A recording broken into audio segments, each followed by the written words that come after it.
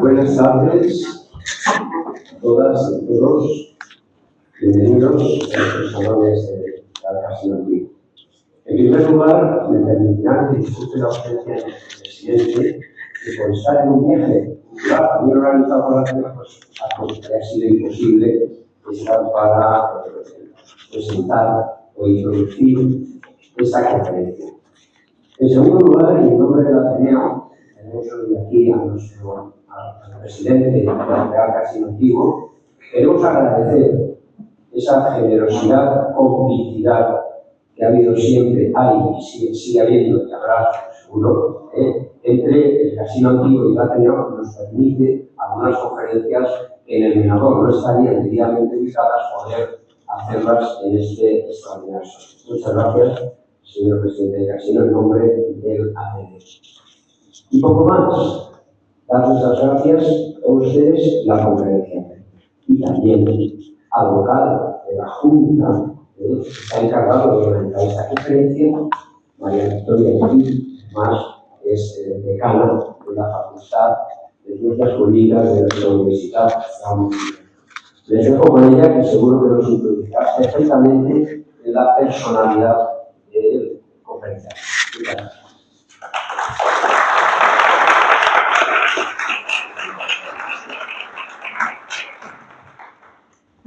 Muchas gracias, Miguel Ángel. Buenas tardes a todos.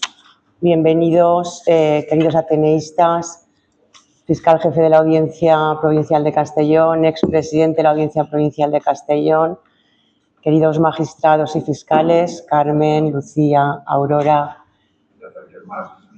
¿No se oye? Vale.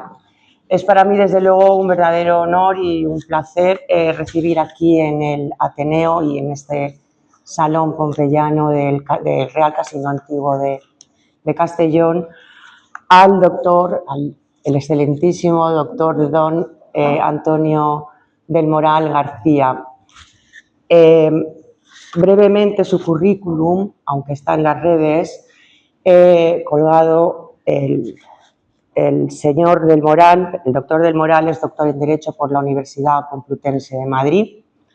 Fue fiscal por oposición, siendo el número 1 de su promoción en el año 1983, ocupando el cargo de fiscal en la Fiscalía General del Estado y en el Tribunal Supremo, pasando posteriormente en el año 2012 a la Sala Segunda del Tribunal Supremo por el turno de juristas de reconocida competencia. Ha sido también profesor universitario en el Instituto de Empresa, en el Centro Garrigues y en la Universidad Complutense de Madrid. Es autor de numerosas publicaciones, ha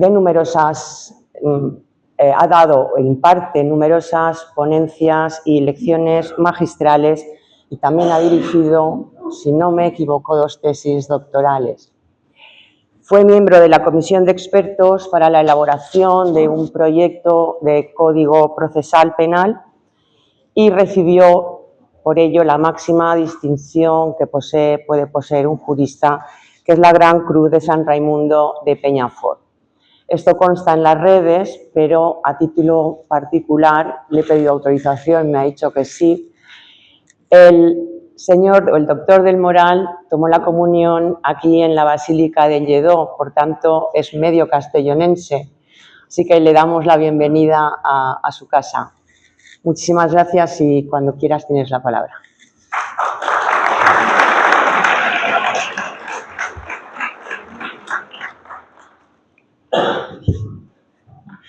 Viví aquí en Castellón 2 años. Esta mañana lo primero que he hecho es volver a la Virgen de Lledó. Tengo en mi despacho, que me regaló una buena amiga castellonense, dos buenas amigas castellonenses, una imagen de la Virgen de Lledó en mi despacho. Esta mañana he vuelto y estoy encantado. De aquí de Castellón me fui a Granada. En Granada ya he vivido hasta que me incorporé a Madrid. Y esto me sirve. Tengo un amigo que se llama Miguel, de mi época de Granada. Miguel se fue pronto a Madrid, después me fui yo, y es uno de esos amigos, aunque hemos seguido caminos distintos, él estudia ingeniería, cosa que en Madrid es muy difícil de hacer, que seguimos viéndonos después de muchísimos años. Al menos una vez al año, antes de Navidad, lo intentamos. Miguel estudió ingeniería y pues, un café, algunas veces nos han pasado 2 años. Y hace unos años me dijo mi amigo, Antonio, sé que das conferencias. Dije, bueno, hay una charla, una ponencia, no, pero invítame a una conferencia. Digo, mira, si yo hablo de cosas muy raras, que a ti no te van a interesar nada. Pero no, yo quiero una conferencia tuya, Antonio, somos amigos. Y al final me venció y le dije, mira, la semana que viene hablo de blanqueo de capitales, pero eso a ti no te interesa nada. No, ¿dónde es? Y efectivamente, un buen amigo vino allí, y en la conferencia de blanqueo de capitales, es más, al final vi cómo aplaudía, me despedí, y cuando nos vimos al cabo de unos meses antes de Navidad, dije, bueno, Miguel, ¿qué tal? Muy bien, tal. He traído un regalo de Navidad, jamás había tenido un regalo de Navidad, ni de cumpleaños ni de nada, nos veíamos y ya está, pero venía con un regalo que se veía que era un librito primorosamente envuelto, Feliz Navidad. Lo abrí, es un librito que todavía conservo en los anaqueles de la biblioteca de mi cuarto, que se llama Claves para hablar en público. Yo no me lo tomé a mal. Muchas gracias, lo comenté, lo leí, me parecía de agradecimiento. Y en ese librito que no tiene mucha, pero tiene unas 100 páginas, hay todo un capítulo, 10 o 12 páginas, dedicado a decir por qué no se debe empezar jamás una ponencia, una conferencia, dando las gracias a los organizadores. Y explica que eso es dilapidar la atención del público, que es un topicazo, que es un gesto de falso gran parte de las veces. Y yo, desde entonces, yo que siempre empezaba dando las gracias a los organizadores, desde entonces no empiezo dando las gracias. Pero me gustaría que quedase constancia de que si no doy las gracias a la historia, al Ateneo, al casino, es porque lo que hice el librito, no porque no esté agradecido, porque estoy muy agradecido de que me hayan brindado la ocasión de volver a esta tierra a la que tengo tantísimo cariño, porque fui testigo de 2 años maravillosos de mi infancia. Y vengo a hablar de un tema, tengo que pedir disculpas porque esto conecta con una anécdota de nuestro premio Nobel de Literatura, Camilo José Cela. Don Camilo José Cela era un brillante escritor y un gran orador. Se cuenta de él que una vez dio una conferencia en Padrón. Él era, me parece que de una aldea cercana. Y cada semana daba otra conferencia en Madrid, un título distinto, pero la conferencia era exactamente la misma. Y al final de la conferencia, después de hablar brillantemente, con ese verbo socarrón que tenía, pues tenía ese remolino de gente que se junta alrededor del conferenciante, acercándose, uno a decirle, ¿me puede firmar el libro este? Otro a explicarle que conoce a un hijo de su tal. Había una señora, yo antes decía una señora mayor, ya no, porque una señora que consiguió por fin acercarse, don Camilo, ha estado usted muy bien, me ha gustado mucho, pero me gustó más el día del estreno, porque ella había estado también en Padrón y había oído lo mismo. Y yo, para evitar esto, tengo que confesar que hoy no es el día del estreno. Está un poco actualizado, pero es una reposición puesta al día de una cosa que siempre, por motivos profesionales, me ha llevado a pensar, me ha llevado a reflexionar y tal. Y está planteada con esas 4 palabras, una repetida, que están ahí y que encabezaban la justicia con minúscula. ¿Es justicia con mayúscula? Eso que llamamos la administración de justicia, jueces dictan una sentencia que se hace justicia, eso que ponen los abogados, es justicia que pido, en Castellón de la Plana, tal. Eso es justicia con mayúscula. Esa es la pregunta a la que quería no contestar, pero sí darle vuelta a aquí con ustedes durante esta tarde tan cálida del mes de abril. Es muy conocida una anécdota que sucedió allí. Ese es el Palacio de Justicia, el Tribunal Supremo, desde el 1995 solo Tribunal Supremo, antes era también Audiencia Provincial. Allí, en lo alto, está representada la justicia, en esa imagen que ven en lo alto, con dos: la ley a su izquierda, la equidad a su derecha. La ley escrita, hecha con palabras, a su derecha la equidad. Bueno, ¿aporta algo la equidad a la ley? Sí. ¿Está bien representado? No. Ley, equidad. Es un edificio muy bonito, desde el año 1750, precioso. Si vienen ustedes a Madrid, vengan a verlo. Es muy bonito. Incluso están invitados. Incluso si alguno quiere venir como investigado, yo le puedo hacer la gestión por ejemplo. Se ve distinto, pero es otra visión, ¿no? Distinta. Pues allí, a mitad del siglo, los años 50, una mañana de vistas, en la sala primera del Tribunal Supremo, habían compañeros abogados esperando las vistas. Estaban a las 10:30, los magistrados, los jueces, nunca se han caracterizado por ser malhumoradores. Y también los abogados que venían, como decimos, los impertinentes, que venían de provincia, que han ido a un sitio de otro, y habían cogido los medios de comunicación que había entonces: autobuses, trenes expresos por la noche, y estaban allí nerviosos esperando a que empezasen las vistas. Y empezó la primera vista. 10:30, 11:15, 11, 11:40, es complicado. 12, los demás abogados de las 6 vistas nerviosos. 12:15, y ya un letrado, estaban todos comentando, se sintió obligado a pasar y decirle al presidente: señor presidente, hay algún compañero que tiene que irse, otro como pierda el autobús tiene que quedarse esta noche a dormir, a ver cómo podíamos hacer. No se preocupen, lo siento, no lo hemos calculado, era un tema muy denso, bueno, que pasen los siguientes.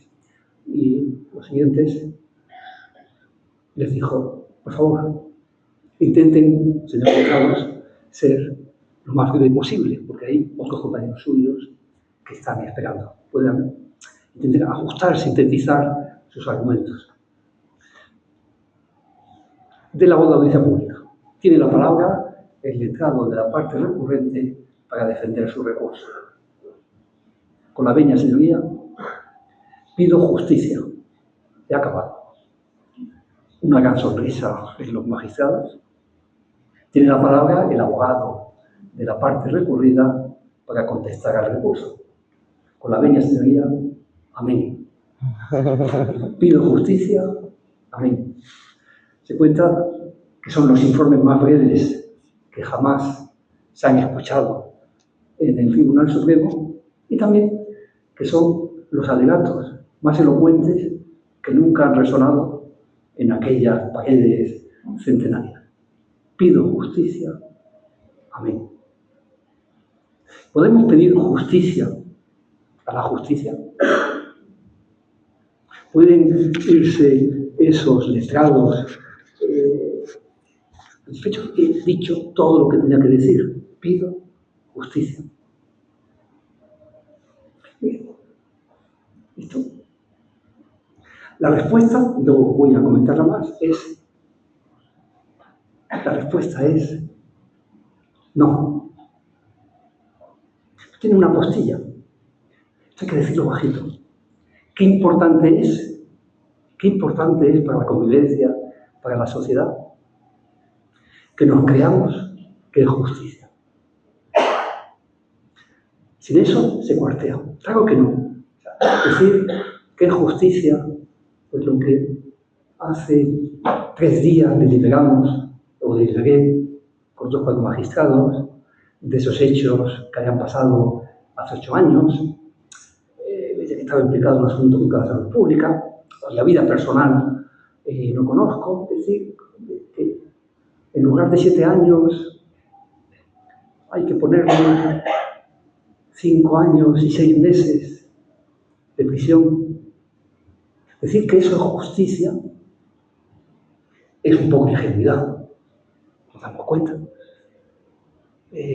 A ver, qué importante es pensar que es justicia. Porque si tomásemos una actitud indolente, es decir, esto de la justicia, esto es muy difícil, esto es una cosa inasequible, si nos diese lo mismo, si no nos importase, lo que saldría de los tribunales sería mucho más injusto que lo que sale. Qué importante es que los juzgados, los que trabajamos en la justicia, pensemos que aspiremos a la justicia. Tengamos esa inquietud por decir, no, quiero acercarme, quiero combinar bien la ley con la equidad, quiero sujetarme a la ley, quiero dar la respuesta más justa posible. Eso, la justicia, que es una cosa difícil de saber. Aquí una cita, la leí el otro día en un libro de un compañero, cita a Billey, que es un profesor. Lo justo nos es desconocido, está escondido en la naturaleza de las cosas y es necesario buscarlo. En eso consiste el oficio del arte jurídico. La resolución judicial tiene que estar abierta a la justicia y tiene uno que esforzarse por intentar, con esas herramientas que tenemos, intentar eso que al final también es un sentimiento que no hace falta saber derecho, que todos llevamos dentro, que todos, al portero de mi casa, al inmigrante recién llegado, al niño de 12 años que sale, esto es injusto, esto no es justo, es una aspiración que llevamos dentro. Por tanto, sí, no vamos a ser ingenuos, no vamos, la justicia con mayúscula, con todas sus palabras, no las vamos a alcanzar. Ahora, no renuncies a esa idea, no renuncies a esa aspiración. Tribunales, jueces, abogados, fiscales, no, porque si no nos lo creyésemos, eso, el resultado sería francamente desolador. Y cuando en algunas sociedades han empezado a acabar, a no creérselo, a tratar, no, lo importante no es que lo que sea justo, sino lo que es conveniente, lo que se acomoda a unas cosas, lo que está esperando la expectativa social, lo que la política, el interés político de un lado o de otro inspira. Si empezamos a decir, mira, no, la justicia, eso no se puede, y empiezas a dejarte contaminar, lo que sale es un producto francamente muy degradado, aunque seamos conscientes de que lo que hacemos no se puede acercar, se puede aproximar, se puede tal, pero no va a ser nunca la justicia dicha con esas mayúsculas. Aquí queda más o menos definido. Hay un librito que al final no lo he metido porque es un librito que guardo con mucho cariño, es un librito de mi padre, que fue juez, y estuvo aquí destinado, por eso esa bendición, ese regalo de haber estado aquí viviendo. Tenía un librito que a él le llamaba su Kempis profesional, es un librito de un autor italiano, delicioso, Calamandrei, se llama Elogio de los jueces, escrito por un abogado. Son unos pensamientos muy líquicos, breves, de poco, uno detrás de otro, hablando de cada... Sí. Hay uno que tiene, después saldrá alguno más, hay uno que a mí siempre me ha parecido, dice, de los más cortitos que tiene, la justicia es como las divinidades, solo se aparece a los que creen en ella. No siempre las divinidades, incluso a los que creemos en ella, normalmente no se nos aparece, ¿no? No, a mí nunca. Pero dice, como no creas en la justicia, no se te va a aparecer nunca. Como no creas en la justicia, como la rechaces como una idea imposible, nunca vas a conseguir eso.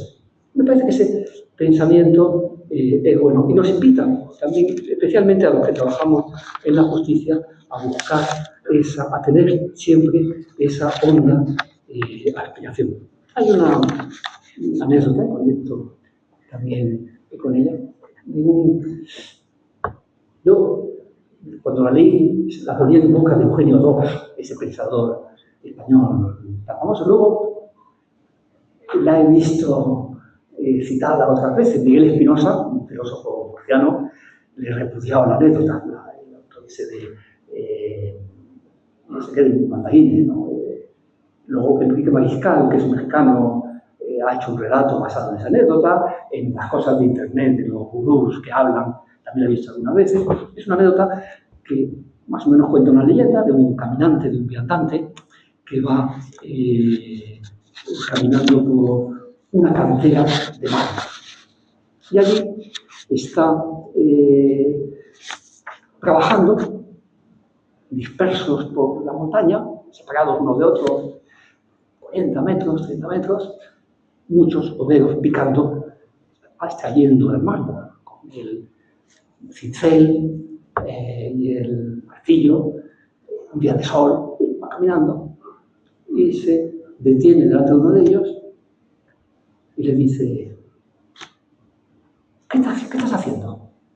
Y este está sudando con la gente. Nada. El día desafiante dice: me aquí a molestar. ¿No lo ves? Estoy picando piedra.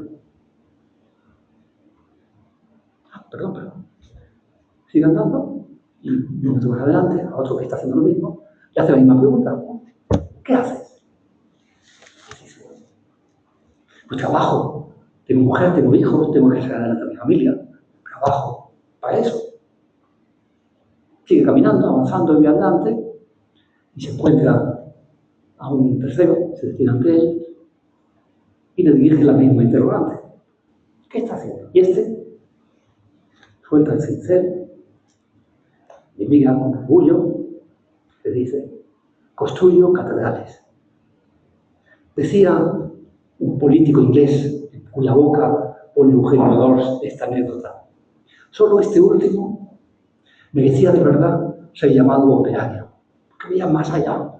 Estaba viendo en esas piedras que eso, siglos más tarde, sería contemplado por generaciones sucesivas. Y se veía orgulloso de estar contribuyendo a eso. Y creo que esa es la respuesta que yo intento aplicarme.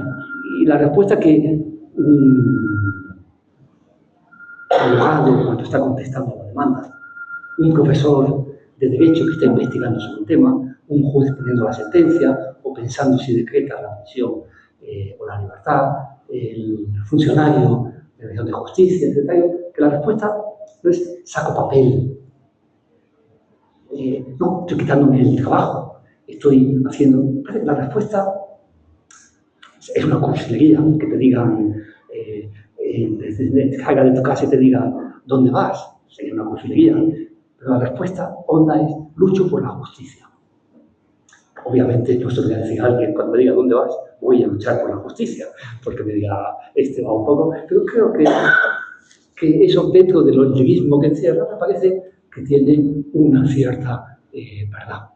Y que esa fe en la justicia, fe casi en un sentido teologal, casi, es decir, creo en lo que no se ve. Es importante, lo decía también el propio Calamandrei, en un librito que se llama La fe en el derecho, lo decía, transmitiendo en una conferencia que daba a los estudiantes, traducida hace unos años al castellano, decía eso: luchar por el derecho, luchar por la justicia. Ese es vuestro futuro, eso es lo que tenéis que aspirar. Este es Oliver Wendell Holmes. Está en la anécdota. Oliver Wendell Holmes es un jurista excepcional, es un jurista americano, fue presidente del Tribunal Supremo americano. Él se cuenta una historia que realmente se acierta, la cuenta, entre otros, es muy conocida la anécdota, la cuenta entre otros Dworkin, en su librito La justicia con toga. Empieza su libro así, su libro de filosofía del derecho, notando como un día Oliver Wendell Holmes, está ya es magistrado del Tribunal Supremo americano y está comiendo con un discípulo suyo. Levanta, va el carruaje desde principios del siglo pasado, llega el carruaje a recoger magistrado para llevarlo al tribunal. Y entonces, cuando está subiendo, se arrancando, el discípulo dice: adiós, señor Holmes, hacer justicia. Y el carruaje que había intentado, Oliver mejor le dice al conductor: pague un momento, pague inmediatamente. Se asoma a la ventanilla y dice: oye, jovencito, ven, que sepas que mi trabajo no es hacer justicia, mi trabajo es aplicar las leyes. Siga. No, la anécdota no resume el pensamiento de Oliver Wendell Holmes, en absoluto. O sea, aunque él decía, y en esto hay, que siempre un derecho tiene que haber un poquito de ácido cínico. Y eso, esta es otro, de un discurso suyo muy famoso, una conferencia de estudiantes. Os digan que el derecho es algo distinto de lo que deciden los tribunales de Massachusetts o de Inglaterra, que es un sistema de la razón, que es deducción a partir de principios éticos o axiomas universalmente aceptados, o cosa parecida, que puede o no coincidir con la sentencia judicial. Yo entiendo por derecho las profecías acerca de lo que los jueces hagan en concreto, ni más ni menos. Ya digo, aunque la conferencia es muy famosa, dice: al hombre malo no le importa qué es lo que dicen las leyes o qué es lo justo, qué tal, lo que le importa es qué le van a hacer los jueces. Me parece que no es, que se puede pedir justicia, que las leyes tienen que aspirar a hacer justicia, que también el legislador, cuando legisla o cuando se enseña, tiene que tener ese fondo, que unas leyes absolutamente desconectadas de la justicia, por eso, por la increencia de la justicia, puede decir: es que esto es muy difícil, es que esto es muy complicado, por tanto, deja aparte, esto es como los colores. A uno le gusta el rojo y a otro el verde, pero no, esto no es como los colores, esto tiene algo que todos llevamos dentro y algo de lo que no podemos abdicar. Decía Tony Judith, que es un historiador inglés, que falleció hace 5 o 6 años o así, se lamentaba de esa línea de fuerza de descreimiento de la sociedad occidental. Decía: hay algo de profundamente errado en la manera como hoy vivimos. Sabemos el peso de las cosas, pero no nos hacemos idea de lo que vale. A propósito de una decisión judicial o de un acto legislativo, ya no nos preguntamos: ¿es bueno? ¿Es justo? ¿Es correcto? Estas eran las preguntas políticas que debía de hacerse uno, aun cuando no propiciase sentencias simples. También hay algo de acertado diagnóstico y de reflejo de esa sociedad que, con una base, es decir, justicia, sin embargo, no la quites del debate, no la quites de algo, manténla en esa posición de privilegio. Haz que se intente buscar lo justo, porque eso nos permitirá acercarnos más a ello. Y eso es lo que tienen que hacer los jueces y tribunales, lo que tenemos que hacer, lo que hacemos los que trabajamos en la justicia, y lo que creo que debe de creer el colectivo social. Y hablo de todas las instituciones. No hablo solo de los tribunales, hablo también del Tribunal Constitucional, también del Legislativo, también de tal. Qué importante es, con todas las bibliotecas, siendo conscientes de que las cosas, somos hombres y las cosas demás, qué importante es que tengamos confianza en eso y que ayudemos a que, no una confianza ingenua, ciega y tal, pero sí que es muy importante, es muy importante que en un partido de fútbol otro día, bueno, no quiero yo ofender sensibilidades, ¿no? Esto es un tema en el, digamos, al anterior, el Atlético de Madrid con el Barcelona, todos veíamos lo mismo, y yo tengo los amigos decían, pero podía poner la repetición una vez y otra, ha sido penalti, dice uno.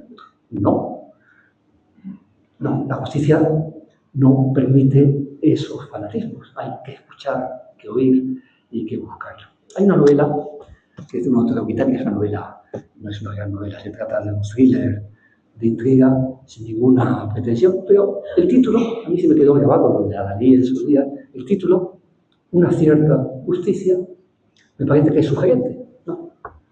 Justicia, justicia, ¿no? Pero una cierta justicia, esa aspiración honda e irrenunciable del hombre, es muy bueno alimentarla, purificarla, tenerla, aunque tengamos que convivir con la seguridad de que no se llega a alcanzar nunca plenamente. La lucha por su realización no acabará nunca y siempre quedarán ámbitos y parcelas y signos de injusticia que habrá que combatir, pero no acostumbrarse a ellos.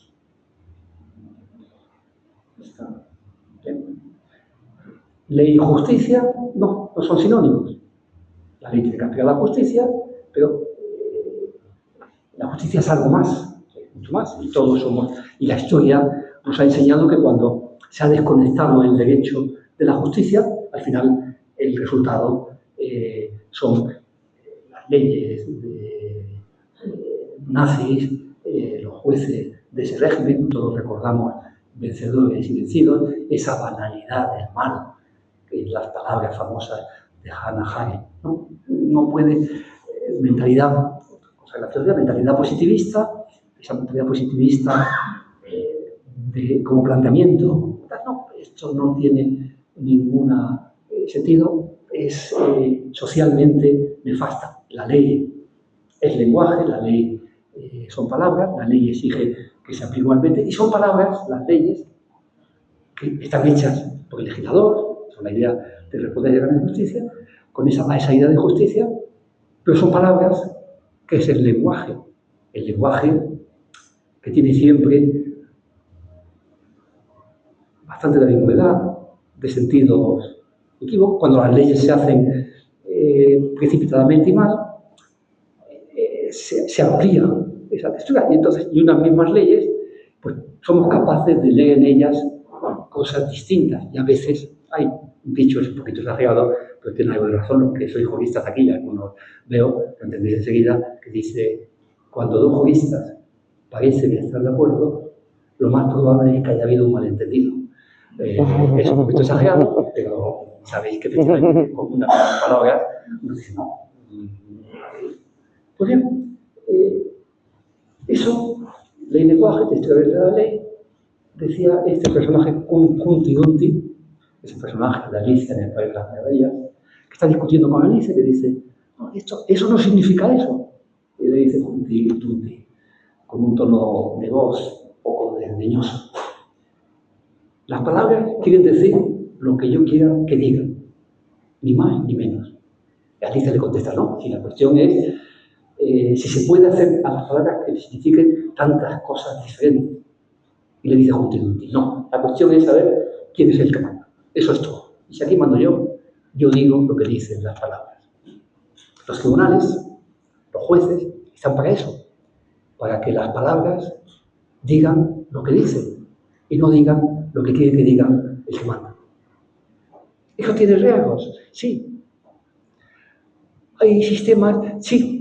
Al final hay un sistema que permite que en ese ámbito las palabras acaben diciendo lo mismo, que es un sistema de recursos en que lo que dice un juez, pues luego es revisado por una audiencia y luego puede ser revisado para decir, no, esta ley se interpreta así. Y se interpreta así, sea quien sea el afectado.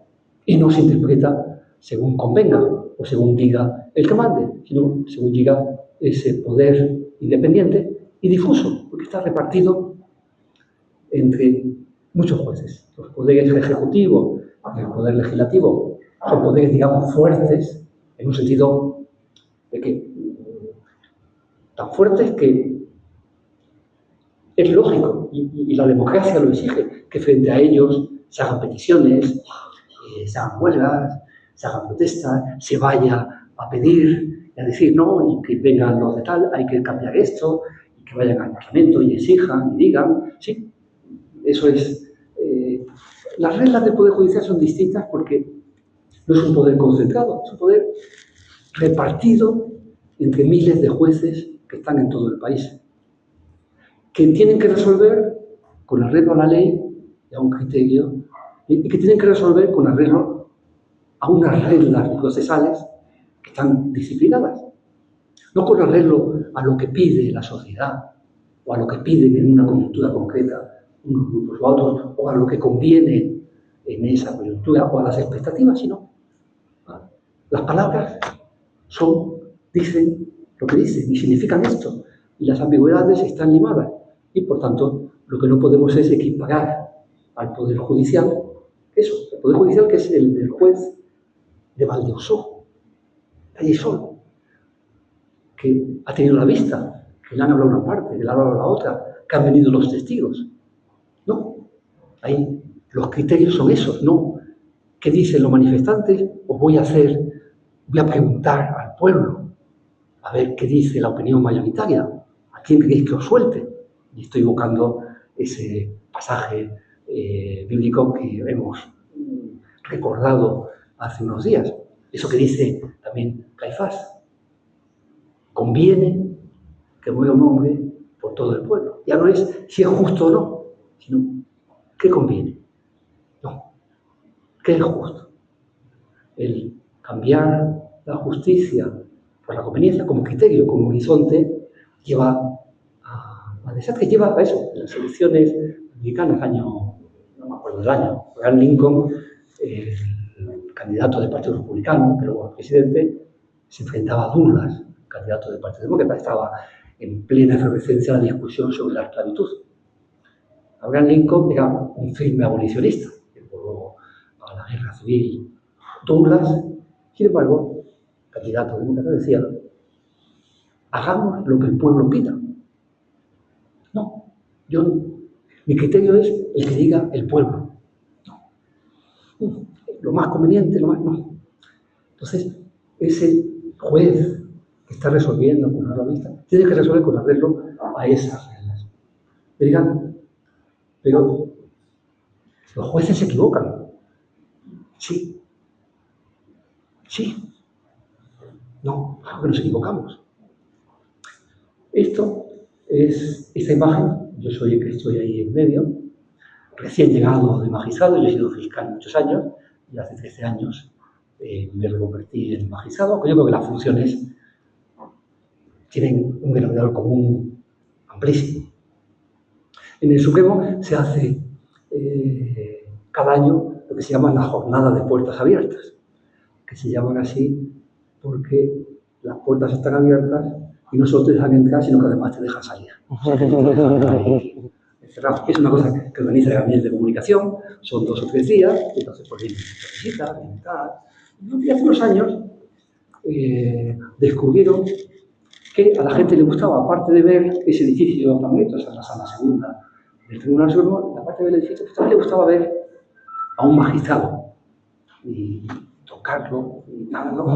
Hombre, siempre se pide, se dan unas instrucciones con un poquito de respeto. Por ejemplo, está completamente prohibido echarle cacahuetes a los magistrados. Eso es una cosa que se les avisa, porque si no, no lo podrían. Pues aquel año, estaba recién llegado al Supremo, me dijo la jefa de prensa, Maite Cuchillos, una chica de este tema, me dijo: Antonio, ¿te importa recibir un grupo el viernes que tenemos la jornada profesional? No me importa en absoluto. Oye, pues si cuento contigo, el viernes a la 10, estupendo, cuenta conmigo. El jueves la llamé, pues ustedes van a mandarle: oye, síguelo de mañana, sí, ¿qué grupo tengo?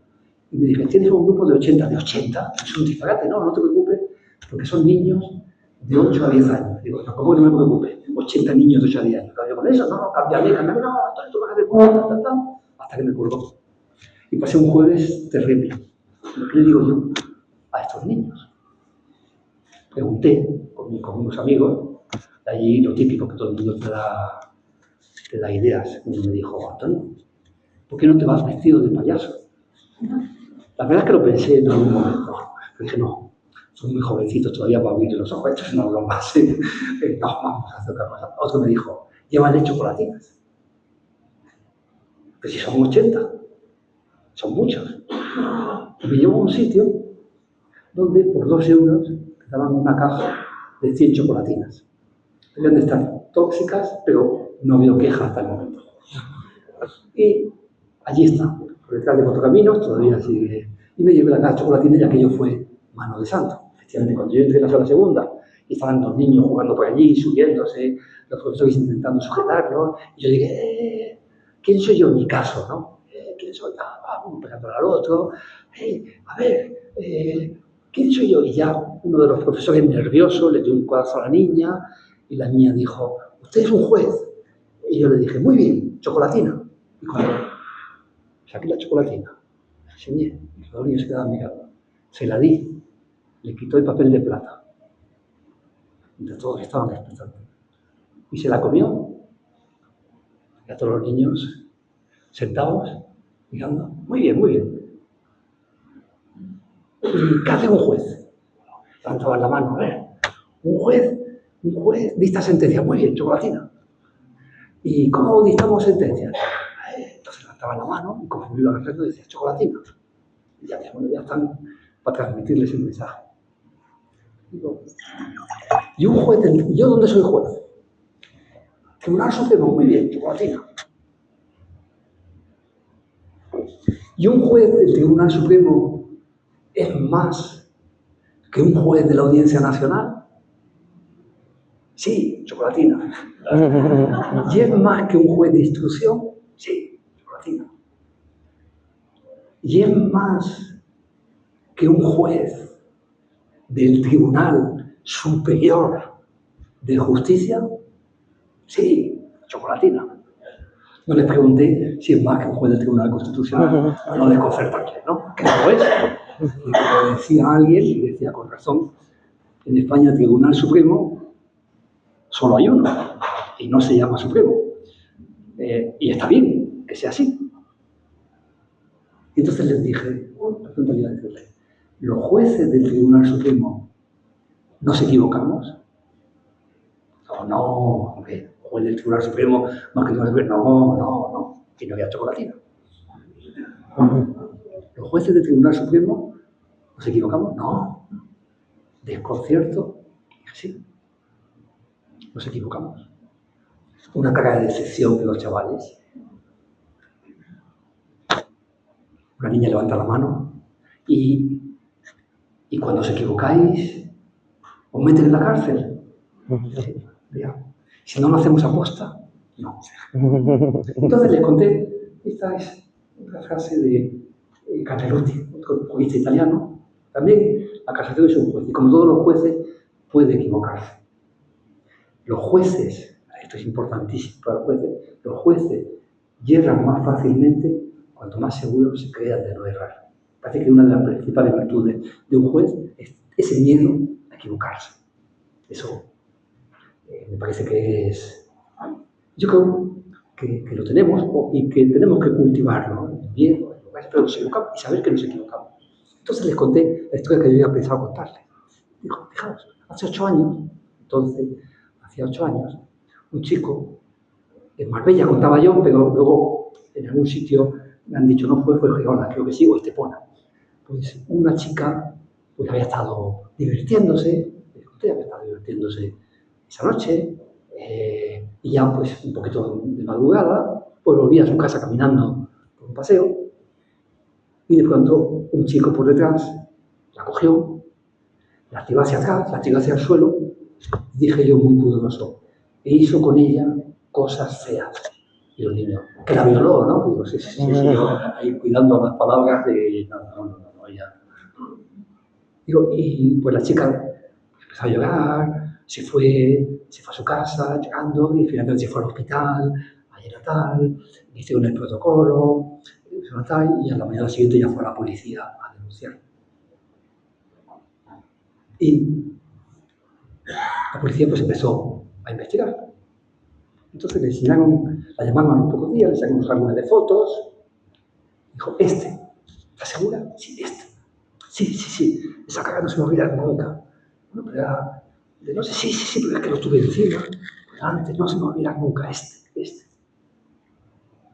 Le llaman a la policía. Este es un holandés que estaba en Marbella, en Gibraltar, que este pone instalado, trabajaba en un hotel. Le llaman para un asunto de su interés. ¿Qué hizo usted tal día? Dice, eso, la semana sí, el sábado pasado. No, estuve trabajando, me tocaba turno de noche. La policía hace sus averiguaciones ya no trabajaba. Llaman a la chica, le hacen el recogimiento de rueda, prisión. Como hacen los protocolos, habían guardado la ropa interior de la chica y ahí habían aparecido unos restos de semen. Bueno, fenómeno. Hace la prueba de ADN y no coincide con la del holandés que estaba en prisión. Entonces la chica dice, no, es que yo aquella noche había tenido antes también relaciones. ¿Con quién? Pues no sabía decirle. Fue en la discoteca, pues tal, pero no me he quedado con el teléfono, no vamos a ver más y tal. Pero sí, es ese. Sí, sin ninguna duda. Un juicio. Si es para mí, que no puedo poner. Sí. No, tranquila, María. Entonces llega el juicio y condenado a 12 años, 9 años quizás de prisión. En el Supremo se confirma la condena, es a la audiencia de Málaga. Yo les expliqué, yo entonces todavía no había llegado al Supremo. Se confirma la condena y 8 años más tarde, en Inglaterra, deciden a una persona, por un tema también sexual, le cogen el ADN y lo meten en la base de datos de ADN, que está conectada internacionalmente, y de pronto, bueno, salta. Match positivo, que dicen los jueces. El ADN anónimo que se había archivado en aquellos hechos y tal, coincide con el de ese averiguo, sí, consta que está en España, ven la foto, cómo se parece, y ponen un recurso de revisión y se acababa de estimar el recurso de revisión, poniendo en libertad al holandés 8 años más tarde. Digo, ¿veis cómo nos equivocamos? Nos equivocamos. Sí. El testigo se equivoca a veces. Para pensar, decía Carnelucci también, para pensar lo imperfecta que es la justicia humana, basta con saber que gran parte de las decisiones se adoptan tomando en cuenta, sobre todo, la prueba de testigos, que es una prueba. Y no es que mientan, el peor no es el testigo que miente, es el testigo que no miente, pero no está diciendo lo que pasó, sino la imagen que se ha quedado, su memoria y tal. Claro, y todo eso, claro, tenemos que tenerlo en cuenta. No es lo más generalizado, pero sí, claro que hay ese peligro y tener esa sensación de que eso se equivoca. Por lo tanto, ya les puse un ejemplo para darles la enseñanza, un ejemplo de decir, estos pobres chicos también, al cabo de los años, pienso yo, esto es también una broma, cuando llegasen a lo mejor a la escuela de menores, gente, vamos a llevar un juego de menores o a un jugado ya de mayores. Y el niño diría, qué bien, chocolatina, sí, chocolatina, vas a ver todo lo que son las chocolatinas, y vas a ver lo que... Pues les dije, bueno, ahora imaginaos que salimos a la calle y nos encontramos a uno con un cuchillo clavado y le decimos, si lo quitamos, ¿quién ha sido? ¿Quién ha sido? Y dice, así, y se muere. Y resulta que han detenido allí cerca a uno que iba corriendo y que es su peor enemigo, que tiene amenazado de muerte. Y él dice, no, si yo pasaba por aquí, pero ¿qué hace usted por aquí? No, pasaba por casualidad y he visto a uno cómo apuñalaba, he ido a sacarle el cuchillo y en ese momento han venido más gente y me ha dado miedo, digo, van a pensar que he sido yo. Y me he ido corriendo, dice, soy vaya cortada. Sus huellas están en el cuchillo. Hay un testigo que dice, Ortega, que está por ahí, dice, no, que yo he visto y que no lo conoce de nada, yo he visto a uno que pasaba antes, este ha salido después. Y luego llega el momento del juicio y tenemos al testigo, el que dice eso, la huella, su enemigo, que hace allí, no, estaba dando un paseo, pero estoy muy lejos. ¿Qué hacemos? Y todos los niños, ha sido él, a la cárcel, a condenarlo. Pero como no había chocolatina, ya por fin un niño levanta la mano y dice, no, yo creo que no. Un hipócrita, porque un momento antes estaba pidiendo la horca prácticamente para él. Y le dije, ¿por qué no?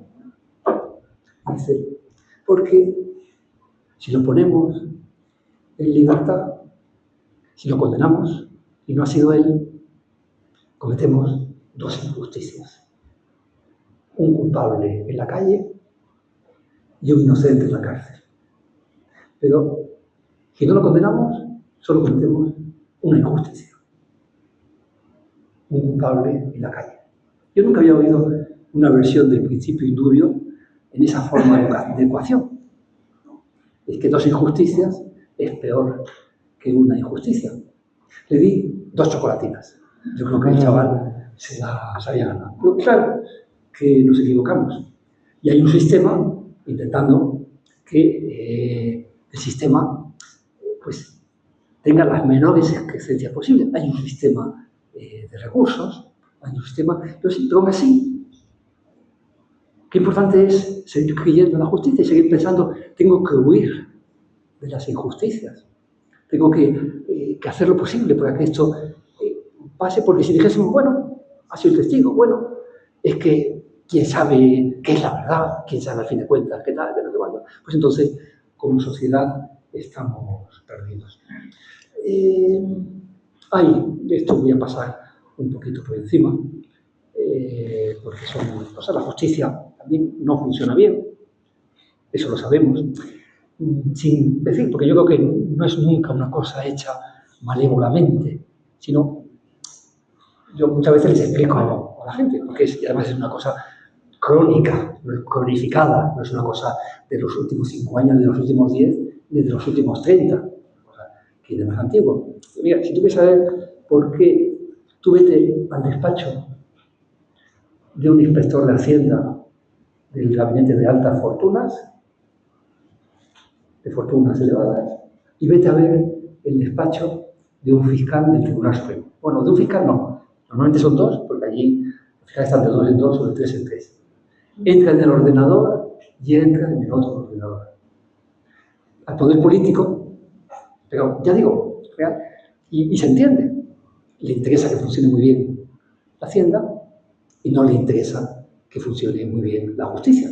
Ya digo, no es un tema malévolo, de decir, no, vamos a ponernos a no, sino es un tema que sale de natural. Es que si yo hago que la Hacienda funcione muy bien, tengo recursos, invierto, tal, no sé cuánto, eso da de miedo, y sin embargo, la justicia, pues me va de miedo, porque lo que yo estoy haciendo ahora, cuando lo veo un tribunal de lo contencioso que llega al Supremo, habrán pasado 5, 6 años, y ya el que esté que apechugue con la nulidad, que apechugue con esto, es que tampoco tengo interés, o sea, no me urge.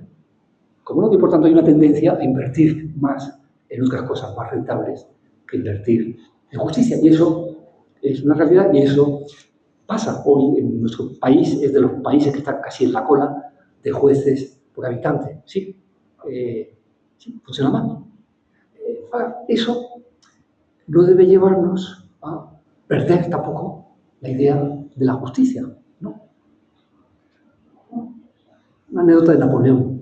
Napoleón, cuando era emperador, iba a visitar tribunales y viendo una corte de apelación, le preguntó al presidente, ¿cómo andan aquí dependencias? Dice, hombre, tenemos mucho trabajo pendiente, pero es que preferimos que las sentencias sean ajustadas, estudiarlas a fondo, sacarlas, que no hacer muchas sentencias. Y Napoleón, que refleja ese tono cínico, le dice, señor presidente, a la sociedad no le interesa saber si una finca es de Pedro o Juan.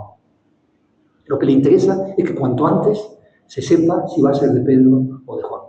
No. Ahora, hay mucha mentalidad de eso, de eficiencia, de tal. De las leyes que hablan de la justicia hablan mucho de eficiencia, de eficacia. La última es la ley de eficiencia, de servicio público, de la administración de justicia. Podría ser el título que cambiando de justicia, dijese de la administración ferroviaria. Aunque son mucho más puntuales los trenes que la justicia, y el que tenga experiencia lo sabe, pero no es así. No. Y ahí sale la palabra eficaz, la palabra eficiencia, sale mucho, pero se pierde eso, dice, no, vamos a fomentar los pactos entre acusados y fiscales, por aquí, que estamos juicios. Ya, lo que me importa es, y me parece que eso no es lógico ni es buena mentalidad para solucionar la justicia. Hay este es el mariscal Lotey. El mariscal Lotey es un mariscal francés. Cuando Francia era una potencia colonial, que en Marruecos, un día, contemplando unas laderas que había, le preguntó a un ayudante suyo: estas laderas, qué bonitas, había que plantar, no sé, decía cipreses o... Dijo, sí, es una buena idea, mariscal. Y dice, pero bien, ¿cuánto tardan en crecer los cipreses? 15 años, le digo, diciendo... Le dice, pues entonces habrá que plantarlos esta tarde mismo. Eso, para la justicia, dice, sí, los resultados van a ser a 15 años vista. Y ahora, también, tampoco esto es crítica, sí, pero da la sensación de que en la política nadie tiene gafas para ver más allá de 4 años. Ya el que da 4 años vista parece tener un horizonte tremendo. Y la justicia exige eso, ver a 15 años vista. Y además, con muy poco rédito, y eso es algo que está fallando. Qué bonito edificio, ¿verdad? Vamos a verlo por dentro. Antes han visto la sala segunda del Tribunal Supremo, pues ya está. Bien. Esto es la sala segunda del Tribunal Supremo. Esto es la realidad. Esto. Aquella escalera que ven allí, eso es del último plan de modernización de la justicia. No. Esta es. Entonces, sí, claro que nos equivocamos, pero qué importante es que el sistema acabe con unas palabras, con 2 cositas, ¿no? Una, la despolitización de la justicia. Que eso también es un veneno, ¿no? Que se haya metido esa señalar, no sé cuánto. Es un comerciante indio, es también un relato, que vendía en un zoco mercancía de seda, exponiéndola a los viandantes. Puesta, y había una zona que ponía, al lado de cada retal, ponía el precio. Seda de la India, 500 rublos. Seda especial, 600 rublos. Seda de primera clase, 800 rublos. Y al final, seda, 1.500 rublos. La justicia también tiene que ser así. A mí por eso hay sustantivos al lado de los cuales un adjetivo no los enriquece, sino que los empobrece. Y uno de esos sustantivos es la justicia. Justicia a secas. Cuando se trata de calificarla, algo se pierde. La idea puede exigir matizaciones, pero creo que se entiende. La justicia es solo justicia. Es un sustantivo tan sustantivo que se sustenta por sí mismo. Por eso no me gusta a mí nunca, ni me ha gustado nunca hoy hablar de justicia democrática, o de justicia conservadora, o de justicia comprometida, o de justicia progresista, o de justicia ejemplarizante, ni siquiera de justicia profesional. No, justicia sin más, sin adjetivos, sin esas calificaciones que parecen la coartada para contaminarlas por ingredientes que le son ajenos, como el afán de contestar a un colectivo influyente, o de no desagradar a los poderosos, o de cautivar el aplauso de la gente. Justicia, justicia. Aún así, viendo todas las imperfecciones, creo que es importante creer en la justicia. Saber que hay un sistema que trabaja con los recursos, que los jueces resuelven conforme lo que se ha visto, que por tanto hay que preservar, aunque sea, eso no significa que no se discuta públicamente, que no se diga, no, que hay que salvaguardar también ese ambiente de serenidad, de tal, no el criticar, el decir, el tal, pero no tratar de contaminar ese ambiente, que al final, efectivamente, pero hay filtros para que las cosas se corrijan dentro del propio sistema sin necesidad de descalificar de una forma legalizada, y estoy pensando en todos los tribunales, pero también en el Tribunal Constitucional, sin necesidad de descalificar, porque eso hace que la sociedad pierda mucho. Acabo con otra cita de Calamandrei, también de ese librito, enternecedora, ingenuo, con esa ingenuidad que creo que es buena. Escribe Calamandrei: a mi padre, abogado, escuché en los últimos días de su vida estas palabras tranquilizadoras: las sentencias de los jueces son siempre justas. En 52 años de ejercicio profesional, le cuenta a su padre, ni una vez he debido lamentarme de la justicia. Cuando he ganado un asunto, ha sido porque mi cliente tenía razón. Cuando lo he perdido, ha sido porque tenía razón mi adversario. ¿Ingenuidad? ¿Acaso? Pero solo con esa santa ingenuidad, la abogacía puede elevarse del juego de la astucia generadora de odio hasta la fe operadora de la paz humana. Qué bueno el mensaje. Esto me lo advertía un amigo. Mira, cuando la boca de los oyentes empieza a abrirse, ha llegado el momento de que se cierre la boca del ponente.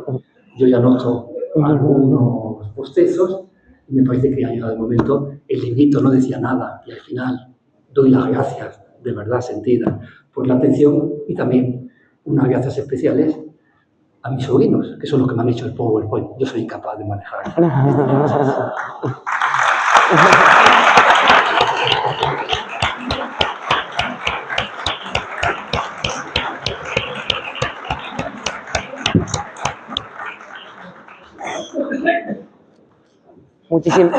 Muchísimas gracias.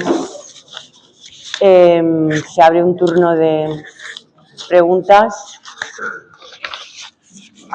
Al fondo, ¿hay micrófono inalámbrico o no? Sí, lo he igualado.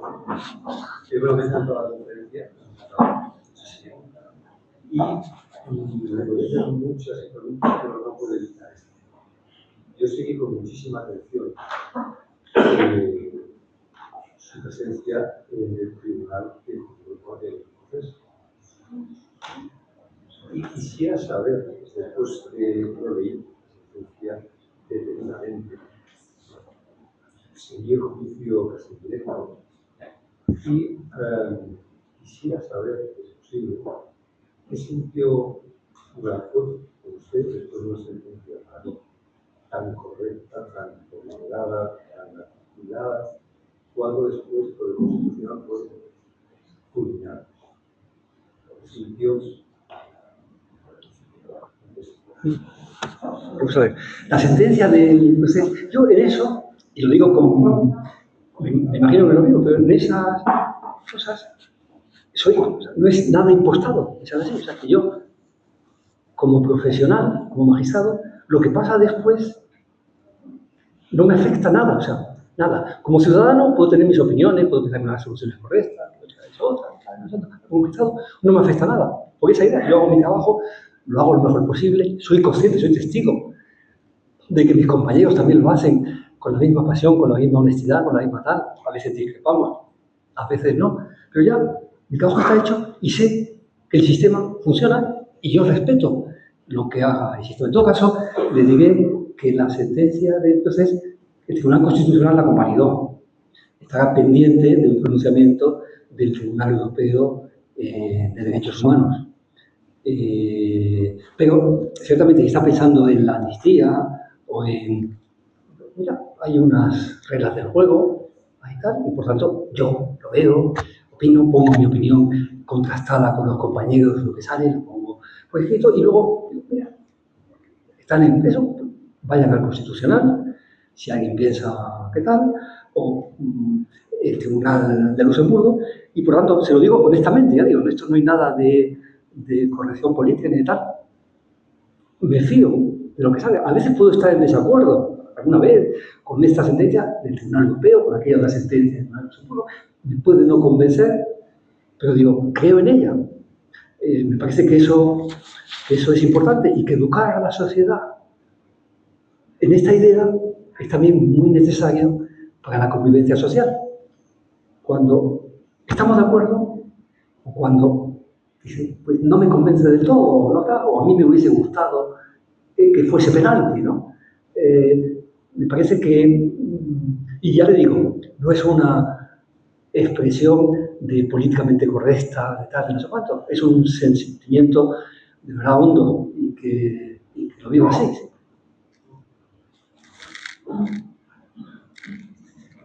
¿Sí? ¿Alguna pregunta? Sí.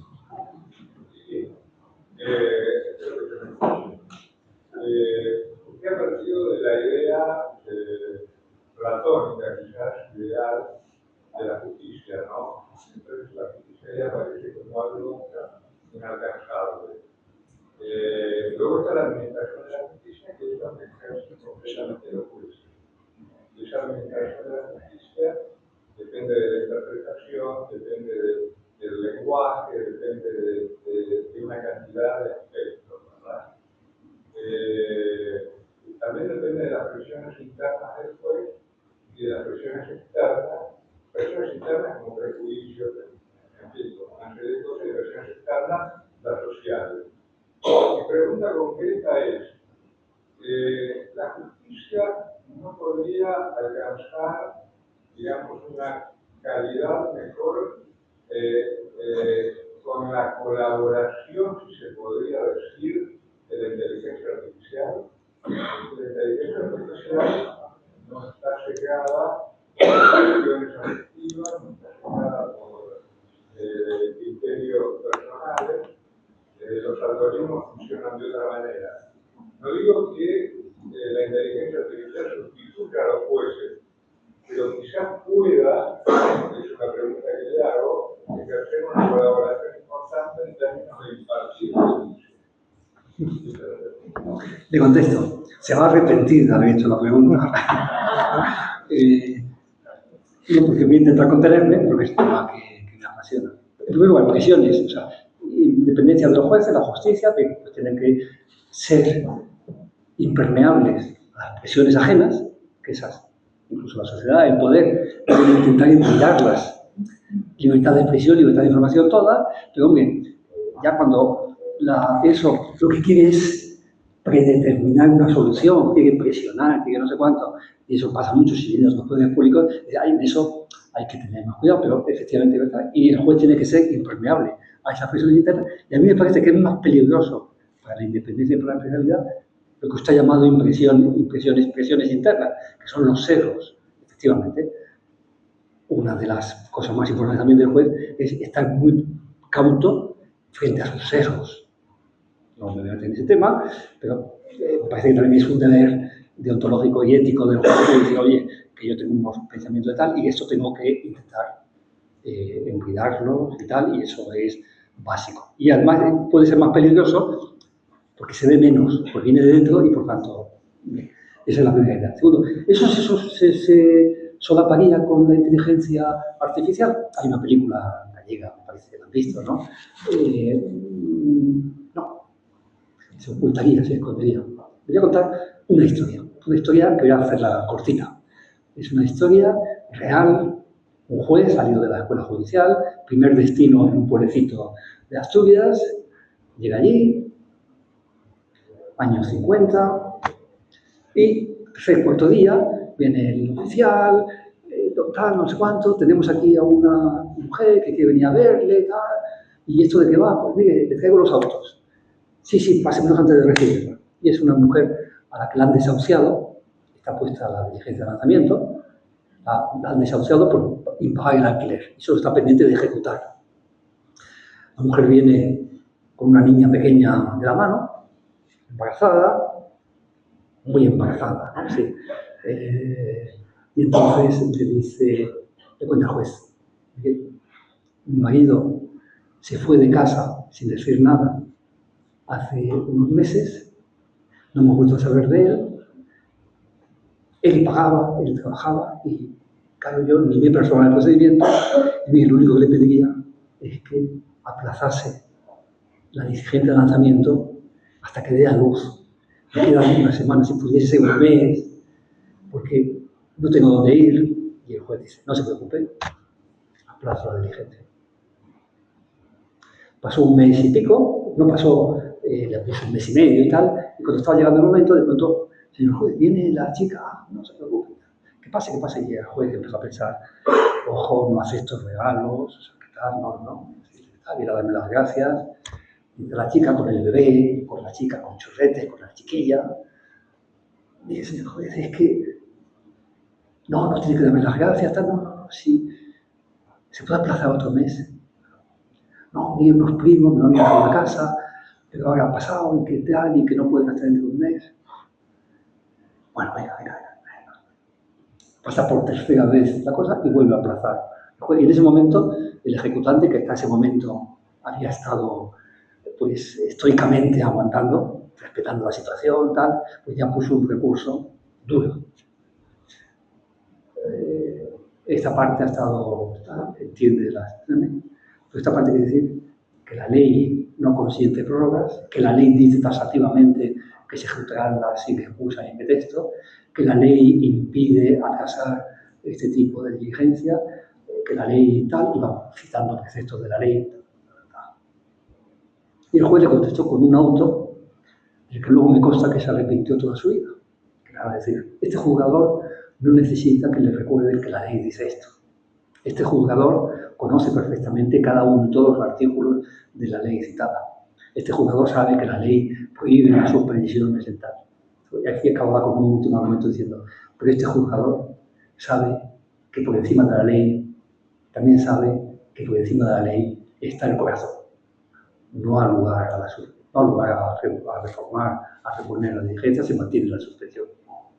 Digo que se arrepintió toda su vida porque eso inmediatamente se corrió como una pólvora entre el foro judicial de allí. Y cuando 2 semanas después le llevaron un detenido, el fiscal pide la prisión, tal, el letrado, señoría, este letrado conoce que la ley dice que en estos casos no se da prisión, pero este letrado también sabe que por encima de la ley está el corazón. Solicito la libertad. Llegaba una vista, señoría, sabemos que eso está prescrito, que la ley dice que tal, pero también sabemos que por encima de esta. Y no había vista, trámite ni informe en que no le invocasen esa jurisprudencia local que le hizo pedir traslado cuando pudo y jamás se lo voy a pasar por la cabeza. No, porque eso también no está en el corazón. Pero esto decía para decir que en la ley también está el corazón. Miren, el sistema de inteligencia artificial ayuda, pero la inteligencia artificial te dice lo exacto, pero no te dice lo justo. Lo exacto es distinto de lo justo. Lo justo, y estas son palabras del Papa Francisco, hablando de la inteligencia artificial, dice, sale de algo más, que es lo que él llamaba la sabiduría del corazón. Es decir, lo justo necesita la ley y la equidad. La inteligencia artificial puede simular el cariño entre un hombre y una mujer a la perfección. Te va a decir las cosas más cariñosas del mundo. Te va a hacer unos diálogos enternecedores llenos de romanticismo. Pero eso no es el amor. Eso no es el afecto. Y la justicia tiene un componente humano del que no se puede prescindir. Y por tanto, auxilio de la inteligencia artificial, todo. Buscar información, va a gestionar el proceso, para ayudar. Ahora, dejar la decisión en manos de una máquina, sin supervisión humana, sin que sea el hombre el que decida, me parece que sería terrible. Y los experimentos que hay, caso Loomis en Estados Unidos, le meten a la inteligencia artificial, el juez iba a dar la libertad condicional a aquella persona, pero lo mete en la inteligencia artificial, le llama Compass, que había hecho una tal, y dice, no, riesgo de reincidencia. Y dice, no al lugar a la libertad condicional. La máquina también tiene sus sesgos, claro. Era negro, era de raza, vivía en un barrio y tal. Y cuando él recurre diciendo, quiero conocer, porque seguro que la máquina también tiene sus sesgos, los sesgos que repitieron quien hizo los algoritmos. No, la justicia es algo mucho más humano, mucho más rico que un algoritmo. En mi opinión. ¿Alguna cuestión más? Pues entonces concluimos reiterándole las gracias al excelentísimo señor doctor don Antonio del Moral por haber venido y por habernos ilustrado. Muchísimas gracias, Antonio. Gracias a vosotros, sí.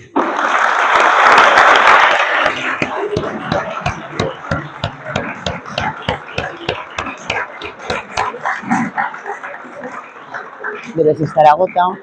Debes estar agotado.